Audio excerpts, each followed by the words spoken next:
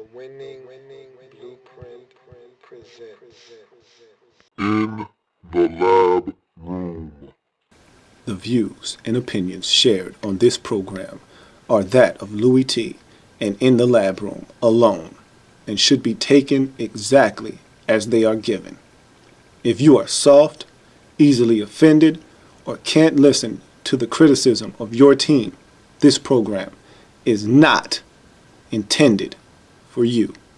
This is pure, unadulterated football talk for the hardcore fan. Viewer discretion is advised.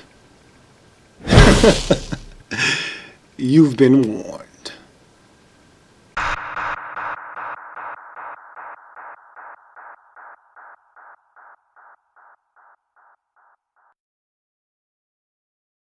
Once again, I'm your host, Lou. Thank you for joining me here in the lab room as we're doing lab reports. We're here today talking about the Dallas Cowboys. And so let's get right to business.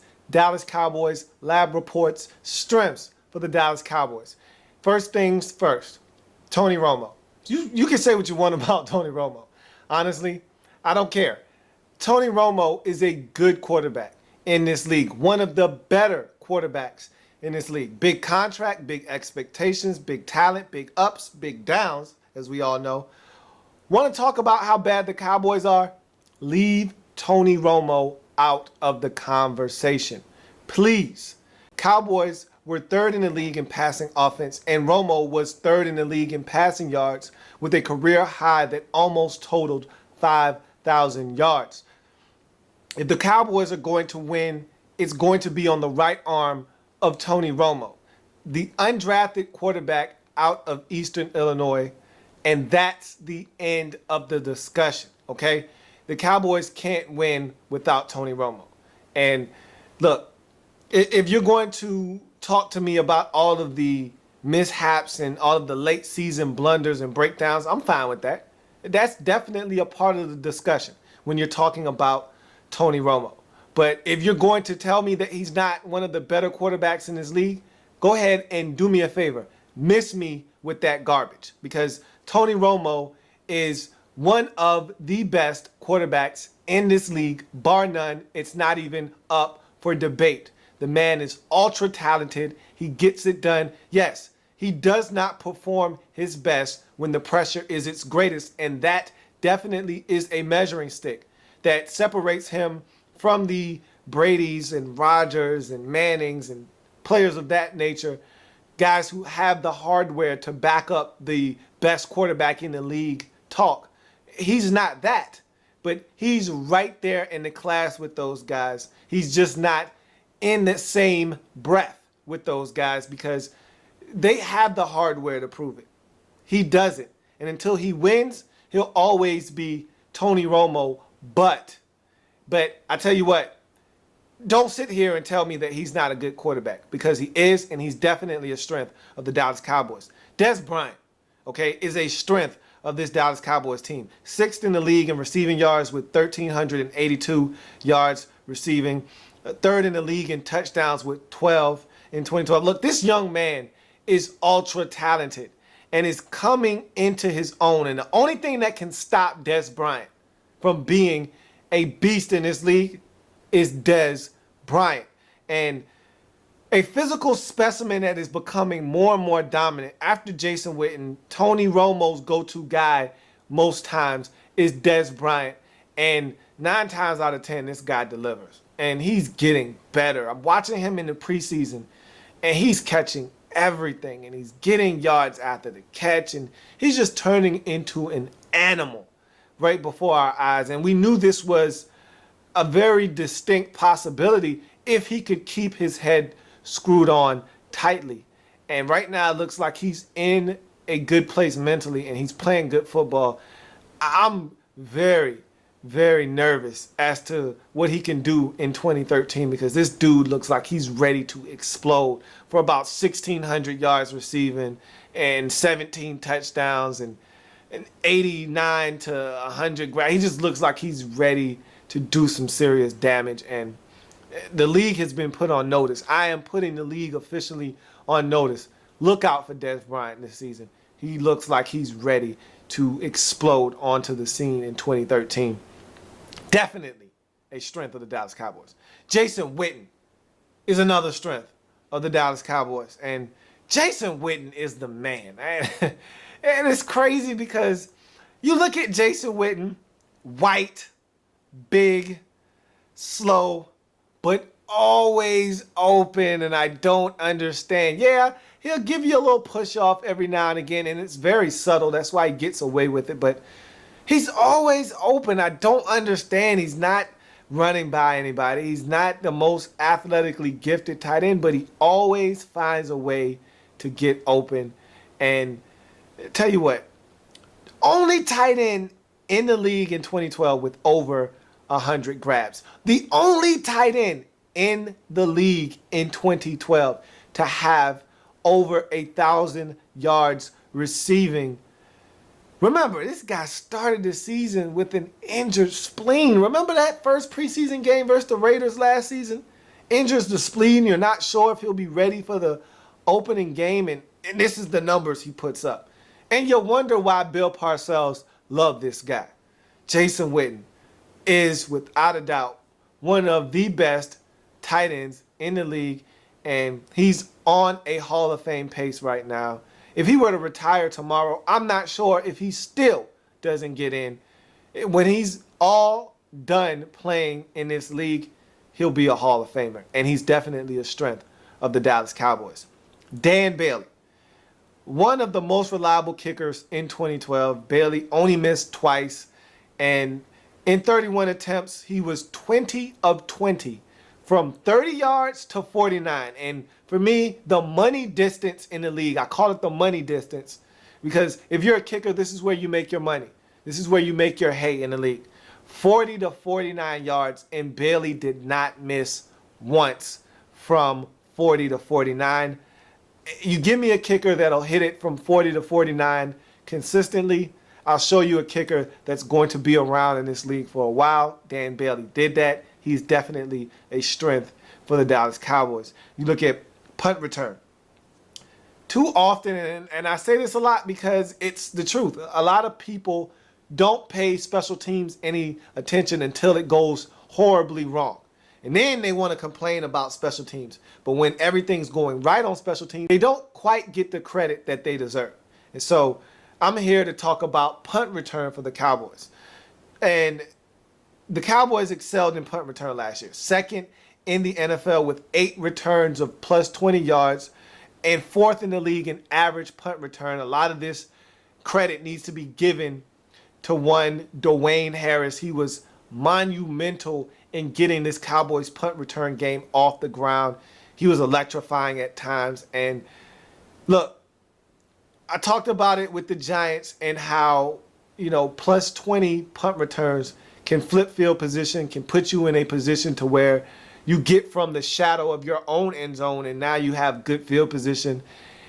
It can kickstart a drive. You catch a punt at the 21, return it 25 yards, you're almost at midfield. I mean, we're talking about 2.5 first downs from a field goal. So it's huge when you can get a plus 20 return. They had 8 of them. That's a huge play in a game that people don't talk about a lot of times, but the Cowboys excelled at punt return, and it was a strength for them that they hope to carry into 2013. So you go from the strengths of the Cowboys, and again, there's a team that did not make the postseason, finishing with an 8-8 total last season. They're going to have some weaknesses. Let's talk about the weaknesses, the Dallas Cowboys. So you look at the weaknesses, minus 13 turnover differential. You can't win in this league if you turn it over more than you get the football. And look, you can't turn the football over in the National Football League on a consistent basis and expect good things to happen. You talk about the turnover differential in games all the time. You got to win the turnover battle. You got to win the turnover battle. You hear that every game, win the turnover battle. There's a reason why people think that winning the turnover battle makes a difference. It's because it actually makes a difference. And for the Cowboys, minus 13 in the turnover differential, it basically lost them a lot of football games. You can't win in this league turning the ball over and not balancing it out with forcing turnovers of your own. And a negative differential in the turnover ratio is a sign that you're either turning it over way too much or you're not getting turnovers enough yourself, or a combination of both.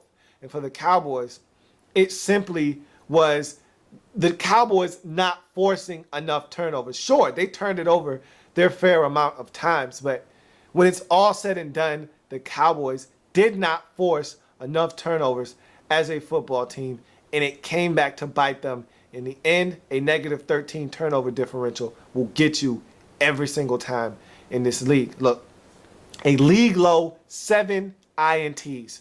Definitely a weakness for this football team. You got to force turnovers, and you got to find ways to create turnovers. And if fumbles is your thing, hey, force as many fumbles as you can and recover them. But for most teams in the league, you got to have a happy medium between forcing fumbles and getting interceptions. The Cowboys did not find that balance. They did not find that happy medium. They weren't able to pick off opposing quarterbacks. And what that says to me is, hey, I'm free to make mistakes around your cornerbacks. I'm free to roam around in your secondary and make a mistake because you're not going to make me pay for them. There's nothing better for a quarterback than to be able to take a chance knowing that you're not going to make me pay for it. I'm a Redskins fan, so it's easy for me to make this analogy. When Carlos Rogers was a Redskin, it was easy for quarterbacks to take shots at Carlos Rogers. And even though 9 times out of 10, he was in good position, it didn't matter because if I made a mistake, he wasn't going to catch the football. And so guess what? I get to call another play. I get another down to make a play happen.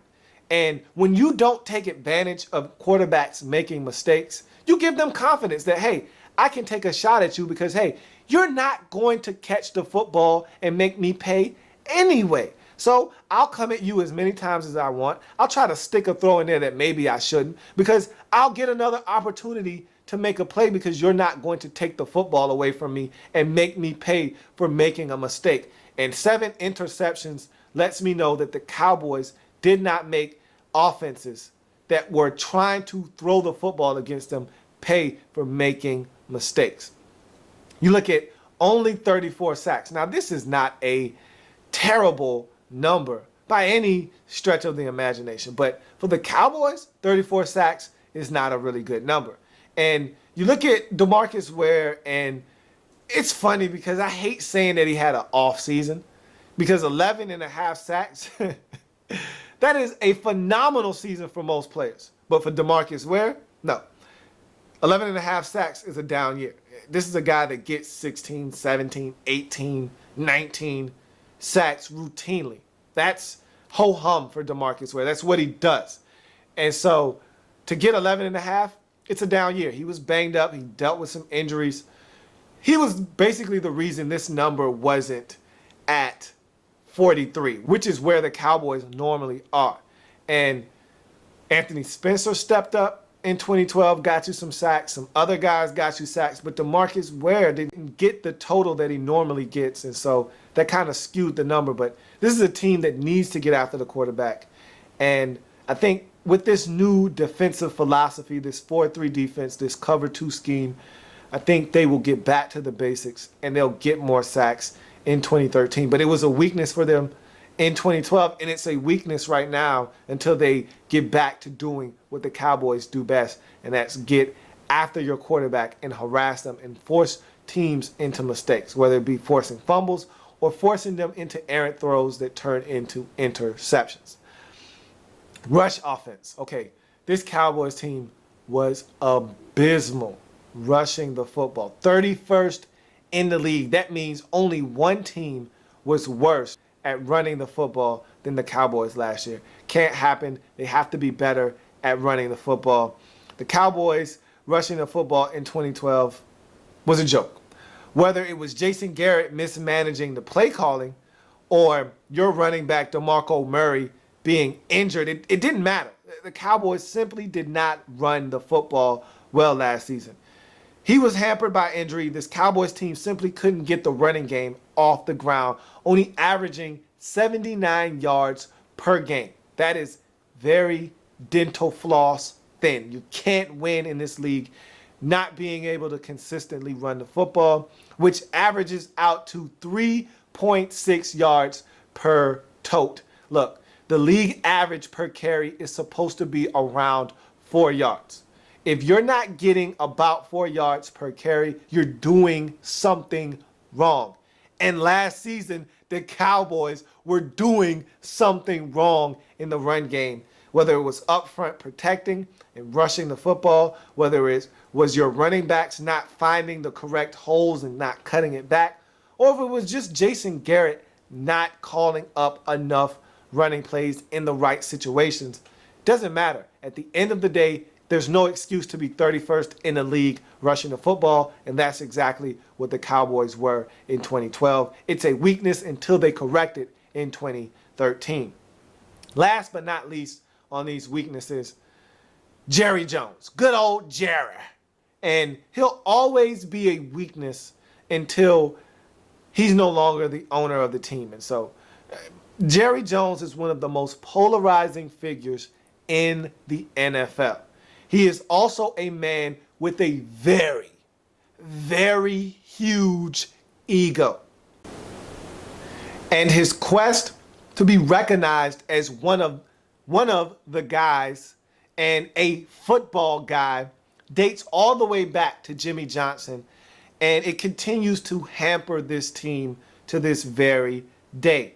Now, bad free agency moves, questionable drafting, stubbornness, and meddlesomeness all are traits that Jerry Jones possessed, and those traits have highlighted Jerry Jones' restriction on his team's upward mobility. Now look, they're still the most marketable franchise. They're still America's team. They're still going to be rated number one on Forbes' list for teams in the National Football League, but that doesn't mean you're winning. And that's what it's about in this league. Yeah, owners want to make money. That's also a bottom line that they're definitely looking to achieve. But it's about winning in this league. And if you want to leave a legacy, a lasting image of you as a owner, you want to win. It's great to make money, but it's about winning. Jerry wants to win. He wants to win in the worst way, but he goes about it the wrong way. And until Jerry takes a step back, he will continue to be counterproductive to the success of the Dallas Cowboys. He means well, but it doesn't work out because Jerry Jones simply does too much. And sometimes less is more. And in Jerry's case, it's never less, and it's always more problems for the Dallas Cowboys. So you look at camp battles now for the Dallas Cowboys, and you got to look at the safety position. I mean, the Cowboys' safety position has been a mess since Darren Woodson retired. And we're talking about well over a decade. And you could argue that when Roy Williams came on the scene, he kind of stabilized things. But Roy Williams was always a liability in pass coverage. He could hit, he could wallop, he could thump. But he had to catch you first. And he took bad angles, and he wasn't a great defender in the passing game. And the Cowboys are still looking for safeties to help them. And so let's just assume Barry Church is going to lock down a starting safety position. You gave him an extension in Dallas. He's not going anywhere. He's a starting safety for the Cowboys. The other safety position, though, is up for grabs. And the Cowboys went out in free agency and acquired Will Allen in free agency. To me, he's not a starting caliber safety in this league. I think right now he's the man to be beside Barry Church in this competition. But the Cowboys drafted safety J.J. Wilcox. We'll talk about him a little bit later in the third round in the 2013 NFL draft. And so I think he's the guy that they want to be the heir apparent to that safety position. He's the guy that they want to take over at that other safety position across from Barry Church. And he's not going to start the season out as the starting safety. I think that this positional battle is going to be one that Will Allen will secure, but I don't know for how long, because I think J.J. Wilcox is a guy that they want to get in there and they want him to get his feet wet. And I wouldn't be surprised if somewhere in the middle of this season, J.J. Wilcox isn't starting across from Barry Church at the safety position. But right now, I think this competition belongs to Will Allen. I think he's going to be the starting safety of the Cowboys across from Barry Church. You look at third wide receiver, and this is also a position that the Cowboys are looking to improve at. The last time you had a really reliable third receiver was Laurent Robinson. He walked away in free agency. You've been looking for a guy to replace him ever since. You thought Ogletree was going to be that guy. More Ogletree, please. But after that opener last year, he went really quiet on me. And so he's no longer in Dallas. He's now in Tampa Bay. You're looking for someone to step up. You were hoping maybe Dwayne Harris could fill into that role. He hasn't quite been that guy. He's in the mix, as well as Cole Beasley and another selection in the draft we'll talk about in a little bit, Terrence Williams, who I think ultimately is your guy. I think he's that third option. He's big, he's fast, he's physical. I think he brings a lot to that third wide receiver position. He's a great complement to the big receivers you have on the outsides already in Miles Austin and Des Bryant. I think he fits what the Cowboys are trying to do. And he's a guy that's interchangeable, can play in the slot and can play out wide. And I think he's going to be the guy that the Cowboys rely on as that third receiving option. But I wouldn't sleep on Cole Beasley either. I like him in the slot. I think he's the more prototypical slot receiver, more so than a guy like Terrence Williams. Cole Beasley can get in and out of his breaks, can really be a mismatch problem for guys that can't move quickly in and out of cuts. And so look for Cole Beasley to get on the field a lot as well. But I think Terrence Williams will be the third option in this Cowboys offense from the wide receiver standpoint. So you look at backup tight end, and this is another position that is very, very unsettled in Dallas. And they, not because of a lack of talent, but just because they have a lot of stuff after Jason Witten, okay? I like James Hanna. I think that he is a guy that, if given the opportunity, probably can be more assertive in the passing game. But they went out and they drafted a guy like Gavin Escobar to be a pass-catching threat in this offense. They went out in free agency and got Dante Rosario. And so you have three tight ends in the mix looking to be the backup tight end. And one thing's for sure, there isn't a shortage of tight ends in Dallas, as they will probably keep all four of these guys. If not, they'll definitely have three. But I'm thinking that they're going to keep all four of these tight ends. All of them bring something to the table a little bit different than all of them. To me, James Hanna is probably the most complete out of all of these tight ends at the backup position. I think he's the guy that probably will get the nod because he's been in this offense the longest. He understands what he needs to do. You look at Rosario, he was a free agent acquisition from San Diego. He's more of a blocking tight end. He can catch the football, but I think he's more of a blocking tight end. You look at Gavin Escobar, who you drafted out of San Diego State. He's more of a pass-catching threat. He doesn't block at all. And so he's got a lot to learn from that standpoint. So you look at him, you look at Rosario, they each bring something different to the table. I think you get a nice mixture of both from James Hanna, and thus I think he's your backup tight end. Don't know for how long, though, because I think they drafted, the Cowboys did, Gavin Escobar to be the backup tight end eventually. And so they'll teach him how to block well enough so that he can get in the game and be in there consistently. But until then, I think James Hanna is your backup tight end. So you look at now the rookie watch for the Dallas Cowboys. And first round pick was a very debatable pick. Hot button topic for a lot of people. Mike Mayock called him a third round selection. He had a third round grade on Travis Frederick. And I'll say this and then I'll leave it alone. My problem with this pick, because I don't have a problem with the player, I think Travis Frederick is going to be a very good player. And look, if you're going to get an offensive lineman, why not get him from the Big Ten? You get a Big Ten offensive lineman, you've done yourself some good. So I don't have a problem with the pick of Travis Frederick. I don't have a problem with the player. My issue is with when they selected him. The Cowboys had a pick maybe 17 picks down the road. I mean, you move back to 30, you swap with the 49ers so they can come up and get their man, and they do. And you go back to 30 or 31, and you take Travis Frederick. And I felt like if you didn't have a second rounder, then maybe this pick was a necessity. But being that you had a pick, 16 or 17 picks down the road in the second round, I thought he would have still been there, but that's debatable. You don't know if he would have been there or not. And if you're the Cowboys and this is your man, you know my stance and my motto.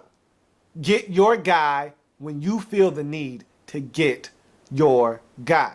And so they felt the need to get Travis Frederick, center out of Wisconsin, in the first round, and they did so. And I think he's going to be a big help on this offensive line. He's going to start.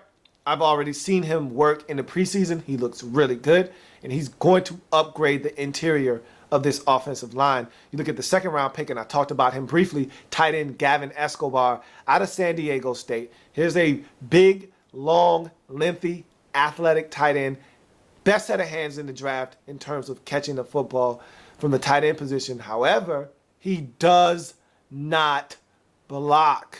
And until he blocks consistently, or at least enough to the point where the Cowboys feel comfortable putting him in the game, he won't be a starter type of tight end. He won't be a starting caliber tight end in this league. He has to learn how to block efficiently, but he'll get in two tight end sets when the Cowboys are looking to push the football up the field as a guy that can catch it and make something happen after he catches the football. You look at third round, and the Cowboys had two selections. Wide receiver Terrence Williams, I talked about him earlier. Big, fast, strong, physical presence out of Baylor. And I think he's going to come in, help this Cowboys team immediately. Watched the preseason game against the Cardinals last week, and he absolutely blew by the Cardinals cornerback. And Tony missed him. Flat out missed him on a 9 route, and man, was he open, and he was flying.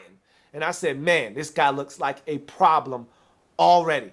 And so he has the look of Des Bryant Jr., but we'll see how he progresses in his rookie campaign. He looks like a ton of trouble coming up in the upcoming season. You look at J.J. Wilcox out of Georgia Southern, a safety that the Cowboys selected, and I don't think they're going to waste a lot of time with this guy. He's going to be starting here shortly. He won't start the season at safety, but it would not surprise me if he's starting at safety by week 8, by week 6, via injury or just because they feel like he's ready to be inserted in the starting lineup.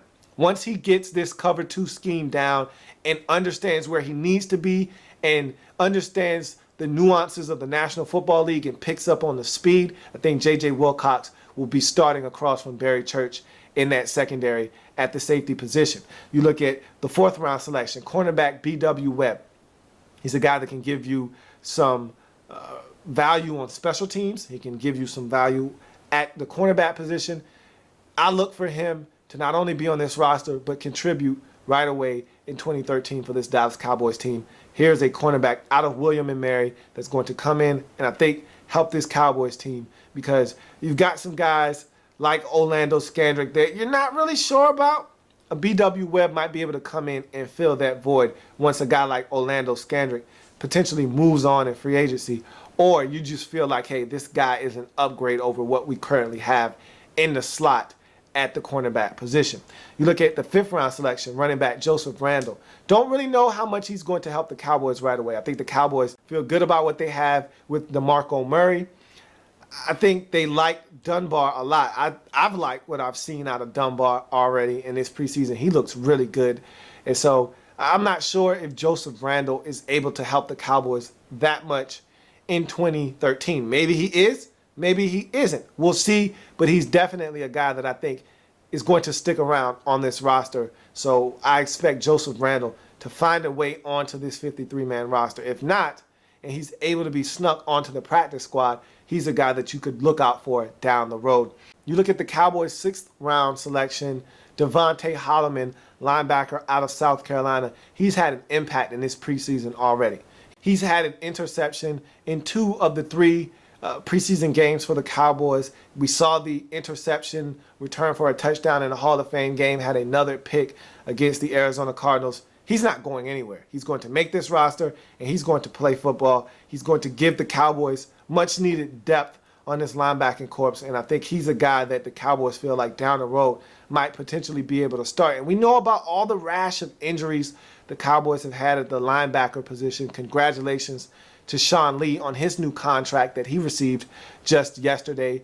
And so we know about all of the struggles with the Cowboys in terms of staying healthy. Sean Lee was banged up last year, missed a good portion of the season. Bruce Carter has had an injury-plagued career to this point. And so a guy like Devontae Holloman gives the Cowboys much-needed depth. Just in case a guy goes down like Bruce Carter, he can step in and help them at the linebacker position. So those are your rookies to watch for the Dallas Cowboys. Now we move on to the best part of Lab Reports. Of course, I'm talking about the experiment. And this experiment is titled, How About Them Cowboys? Of course, what else would it be called? How About Them Cowboys? Yeah! Again, one of the most indelible images for me with the Cowboys is Jimmy standing up on that bench after that victory against the San Francisco 49ers that saw them on their way to their first Super Bowl. And he gets up and he says, How about them Cowboys?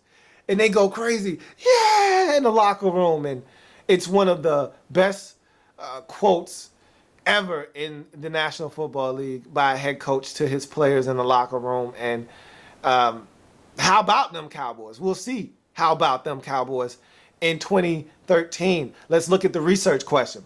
With new contract in hand and more responsibility, can Tony Romo lead the desperate Jason Garrett coached Dallas Cowboys back to the playoffs and beyond? That's the big question for this Cowboys team, is can they make it to the postseason? Forget about the regular season, all right? They're not at the point where you can say, okay, look, their regular season doesn't matter. It's all about the postseason because you got to get to the tournament first, and the Cowboys haven't been able to do that. So you can't just say, hey, they're like the Falcons or the Texans. We don't care about your regular season. All that matters is the postseason because those teams have been to the postseason. Those teams dominate the regular season and then don't get it done in the postseason.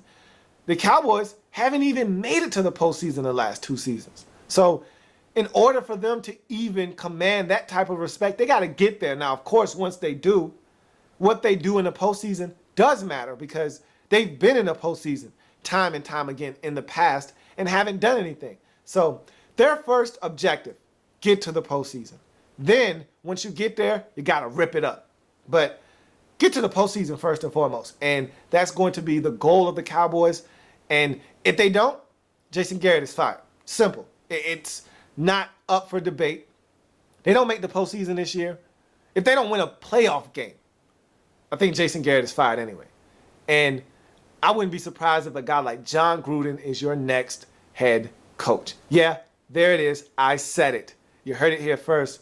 John Gruden in Dallas seems like a very plausible move if the Cowboys have to fire Jason Garrett after the 2013 season. Hypothesis.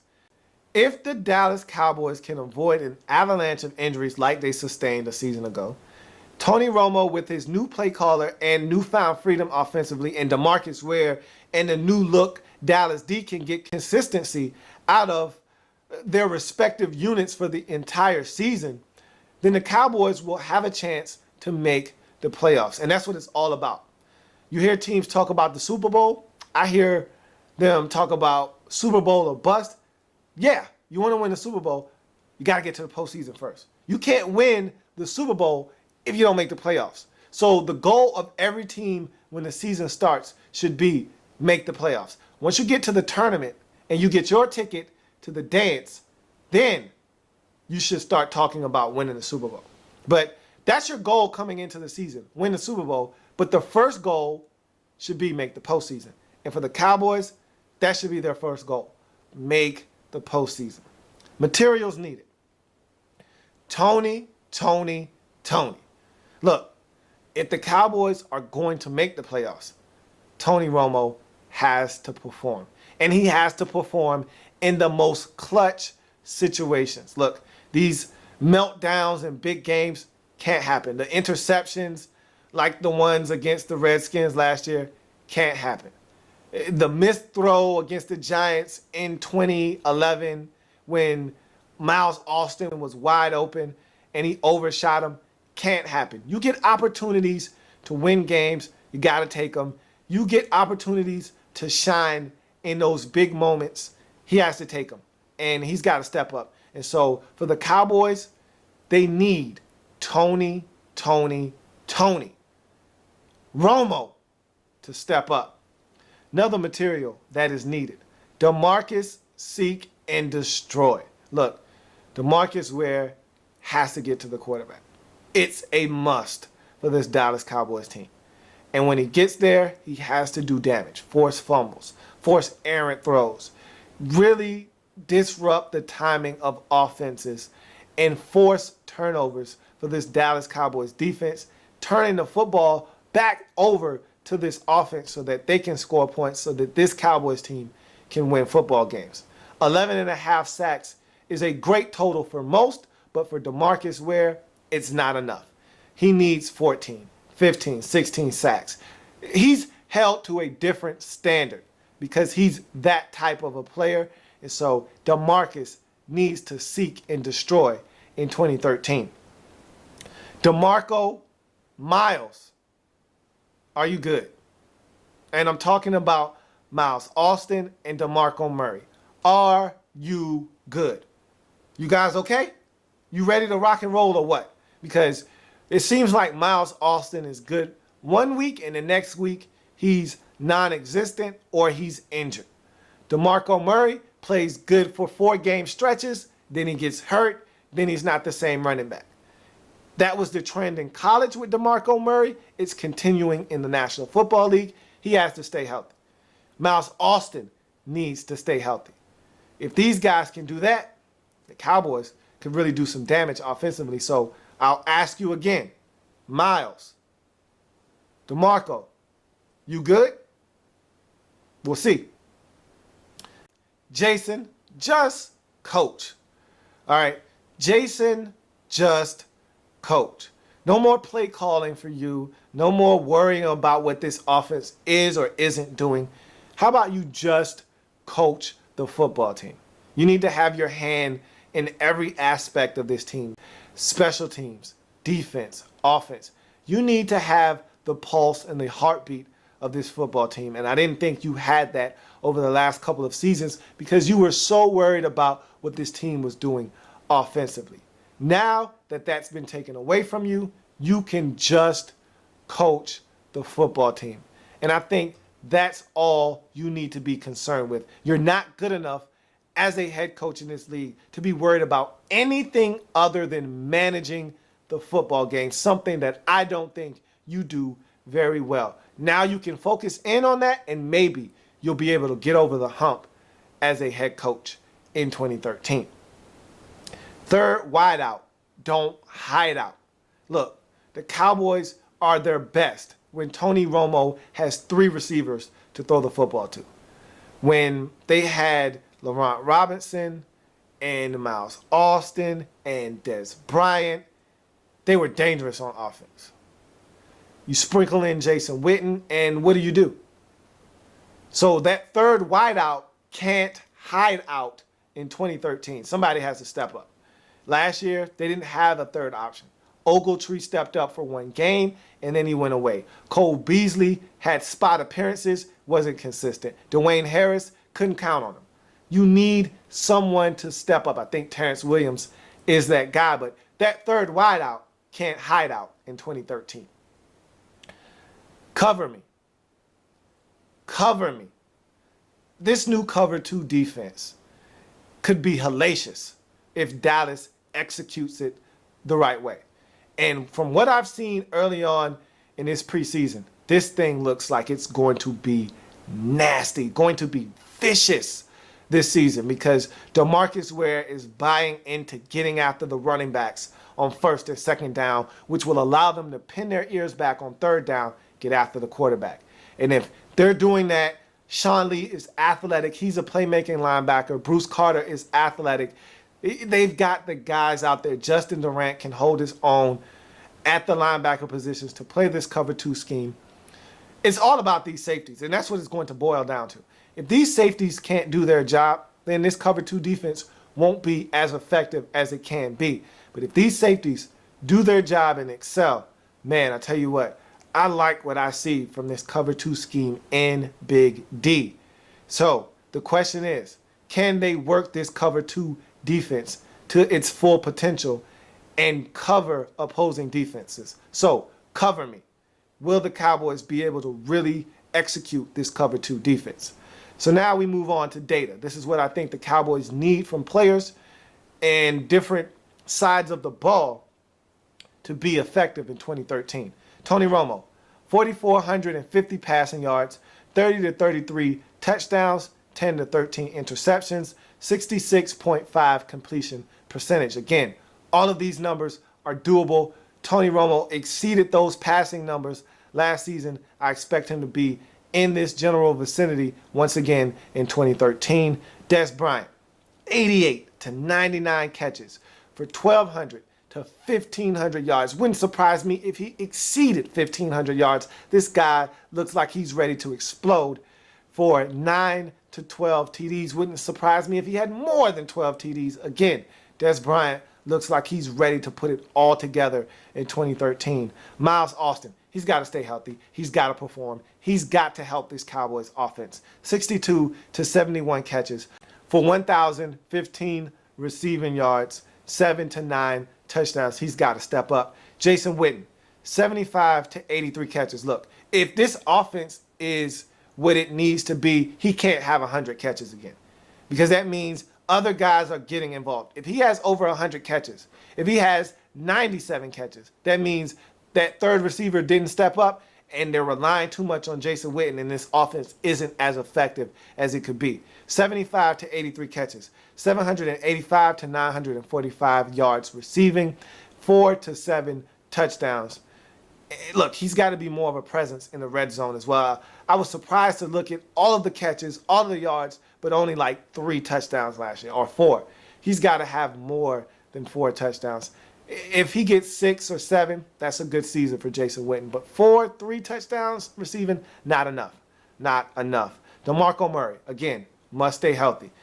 12 to 16 games played for DeMarco Murray. He's got to stay healthy. He just needs to be healthy. 240 to 290 carries for 1,130 to 1,300 rushing yards, 9 to 11 touchdowns total. Also look for him to be a presence in the passing game as well. Cowboys D, forced 30 to 33 turnovers. You did not force enough turnovers last year. We talked about that league low total in interceptions. Can't happen. Got to force turnovers. 30 to 33 turnovers. 40 to 45 sacks. You got to get back in the 40s in sacks. Last year, you weren't able to do that. And so 34 sacks, while that's not a bad number, that's not enough for the Dallas Cowboys. You've set a high standard and bar for getting to the quarterback. You need to get back to that in 2013. 20 points per game. If the Cowboys give up 20 points per game, they're going to be a hard team to beat, because they're going to score points offensively. And so they can score 25 points and limit opponents to 20, they're going to win a plethora of games in 2013. 7 to 9 plays of 40 yards or more given up for this Cowboys defense. They do those things, this Cowboys team will be in the postseason. Independent variable. Simplification. And I thought Rob Ryan's defense last year was complex for no reason. It didn't really yield that many results. And I don't like Rob Ryan as a defensive coordinator anyway. And I think that this change in defense is going to simplify things. DeMarcus Ware said it himself in an interview. I heard him talking, and he said, everything has been simplified for us. It's not as much thinking anymore. We get to go out and play football. And so to make something easy and to break it down to its most basic form is essentially what the Cowboys will do in 2013 on the defensive side of the football. Defensive coordinator Monty Kiffin and his cover two scheme is going to do exactly that. It's a basic principle. Everyone do their assignment. Everyone has a portion of the field to defend. Defend your portion and yours alone. Don't be nosy. Don't be greedy. Do your job. If everyone does that well, we'll be a successful defense. And so I think that's what this defense is going to do. And if they can do that, that's going to be your independent variable, because this team is going to be very good offensively. There's no questioning that. What are you getting defensively, though? That's what you have to ask yourself. Are the Cowboys going to force turnovers? Are the Cowboys going to get after the quarterback? Are the Cowboys going to be a consistent defense? If that is in fact the case, this is a dangerous and scary football team.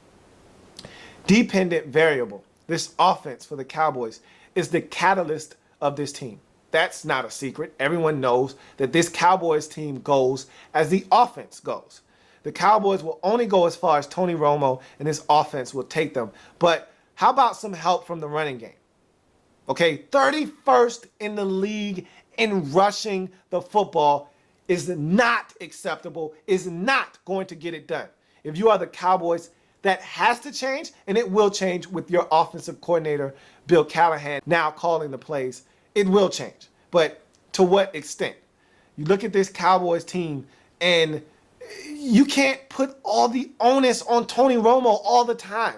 Everyone wants to blame him for the losses. How about you get him some help? You want him to not have these breakdowns and these low points and these moments of despair in the most crucial situations. How about you help him with the running game? That's the dependent variable. The running game having success, taking pressure off of Tony Romo. And the success of this team will depend on the offense, and the success of this offense will depend on this running game. Constants for the Cowboys: Tony Romo, DeMarcus Ware, Jason Witten. These are three guys that you can rely on year in and year out. Now, Tony Romo does let you down sometimes. Yes, that's very disappointing.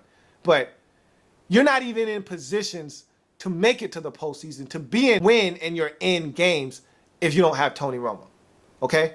And so he's definitely a constant for this team. You look at DeMarcus Ware. I've spoken at great lengths in this video as to what he means to this team and how good he has been. His bar is set so high that an 11.5 sack season isn't good enough. I mean, what are we talking about here when 11.5 sacks isn't good enough in a season? We're talking about a Hall of Fame player is what we're talking about. And so he's definitely a constant as well. You look at Jason Witten, another future Hall of Famer, and he's been a model tight end over his career. I mean, you can't really play the position much better than Witten does. He blocks, he catches the football, he does everything you want a tight end to do and then some. And so for a guy that wasn't blessed with the most athleticism, he's gotten the most out of his talents to this point in his career. And Jason Witten definitely is a constant for this Dallas Cowboys team as well. So you go from the constant to the conclusion of this experiment. The 2013 edition of the Dallas Cowboys feels different. It just feels different. You got the right person directing the defense, that being Monty Kiffin, and the personnel to execute it, I think. And so this cover two defense could be just what the doctor ordered for this defense. Jason Garrett doesn't have the capability of butchering the play calling this season. And so the Cowboys are among one of the most talented teams, and it seems like they have everything in place to get it done this season. Even with that being said, the Cowboys are, well, the Cowboys. And so even though everything feels like it's supposed to work, I don't trust them because they're still the Dallas Cowboys at the end of the day. You still got questions with your head coach. Is he the right guy for the job? You still got questions with Tony Romo. Can he fight the demons and get it done in the most pressure-packed and pressure-filled situations? Right now, the answer is a resounding no. And so, with that being said, They, like almost every team in the NFC East, without the exception of course, the Philadelphia Eagles, in my estimation, they have a real shot to win this division. However, even though this roster screams 11-5 at me, this roster screams, 11-5. That's what this roster says to me. Or even 10-6. Ultimately, I see the Cowboy ending up 9-7. And no, that's not good enough for a playoff berth. Here's the caveat, though. Here's the one caveat. If they are 10-6, they get into the postseason. But I see them being 9-7. If the ball bounces their way, they're 10-6. If they have an exceptional season and they get a lot more bounces than most teams, they could be 11-5. And if they're 11-5, they're winning the division. If they're 10-6, they're getting in as a wild card. If they're 9-7, they don't make the postseason at all. And ultimately, that's what I see from the Cowboys. 9-7 and just barely missing out on the postseason once again. And so that will do it for my lab report for the Dallas Cowboys. Join me tomorrow when we'll be talking about the Washington Redskins. So I will see you tomorrow talking Redskins here on the Lab Reports. See you tomorrow.